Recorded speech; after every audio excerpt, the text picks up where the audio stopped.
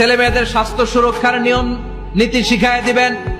স্বাস্থ্য সকল সুখের মূল। আমরা ছোটবেলা পড়তাম early to bed and early to rise makes a man healthy, wealthy and wise. আগে যে ঘুমায়, আগে যে ঘুম থেকে ওঠে, এ সম্পদশালী হয়, এ স্বাস্থ্যশালী হয়, এ হয় এলাকার সবচেয়ে জ্ঞানী, ঠিক কিনা?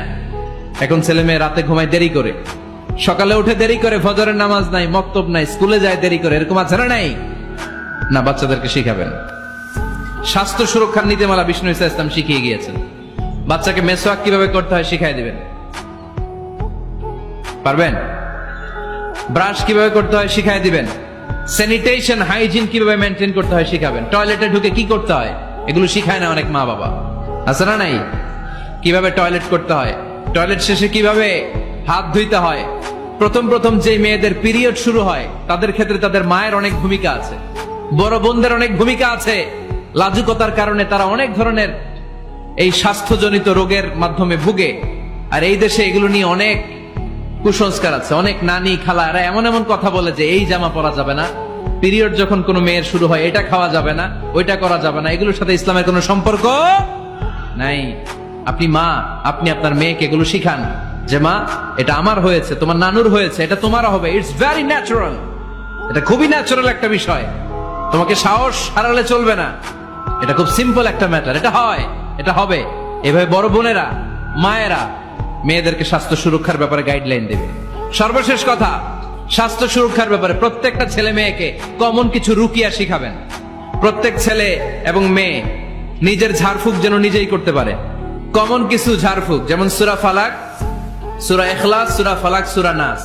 প্রত্যেক ছেলে মেয়ে নিজেই যেন সূরা ইখলাস, সূরা ফালাক, সূরা নাস পরে ফু দিয়ে সারা গায়ে মাসে করে নিতে পারে। আয়াতুল কুরসি প্রত্যেকটা ছেলেকে শেখাবেন, সূরা ফাতিহা শেখাবেন, 3 কুল শেখাবেন।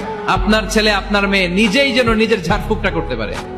It's a protection from your Lord, এটা আল্লাহর কাছ থেকে প্রোটেকশন। প্রত্যেক ছেলে মেয়ে ঝাড়ফুঁক করে নিজের গায়ে নিজে ফু দিবে। এগুলো শেখানো যাবে। বিশ্বনবী বললেন, মুরু আওলাদাকুম বিসসালাতি ওয়া হুম আবনাউ সাবঈ সিনিন ওয়াদরিবুহুম আলাইহা ওয়া হুম আবনাউ 10 সিনিন। ছেলে মেয়েদের বয়স যখন 7 হয়ে যায় নামাজের আদেশ দিয়ে দাও। আবার ছেলে মেয়েদের বয়স যখন 10 হয়ে যায় শাসন করে হলেও মসজিদের ভিতরে ঢুকায় দাও। আদেশটা কার? চিল্লায় বলতে হবে, আদেশটা কার? আউয়ালু মা ইউহাসাবু বিহিল আবদু ইয়াউমাল কিয়ামাতি আস-সালাহ। কিয়ামতের দিন সর্বপ্রথম আল্লাহ যে হিসাবটা চাইবে সেটা সালাতের হিসাব। যার নামাজ নাই তার ঈমান নাই।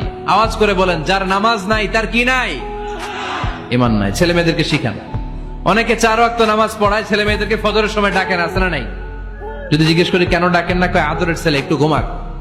আচ্ছা, ভোর 5টার দিকে যদি আপনার ঘরে আগুন লাগে কি করবেন? ভোর 4টার দিকে আপনার ঘরে দাও দাও করে সিলিন্ডার ব্রাস্ট হয়ে আগুন লাগছে, কি বলবেন? ছেলেটার একটু ঘুমাক, আদরের ছেলে তো। তখন কি করবেন? ডাকবেন। এই দুনিয়ার আগুন থেকে বাঁচানোর জন্য যদি ছেলেকে ফজরের সময় ডাকেন, জাহান্নামের আগুন থেকে বাঁচানোর জন্য ফজরের সময় ওকে ডেকে দেওয়ার দরকার আছে না নাই?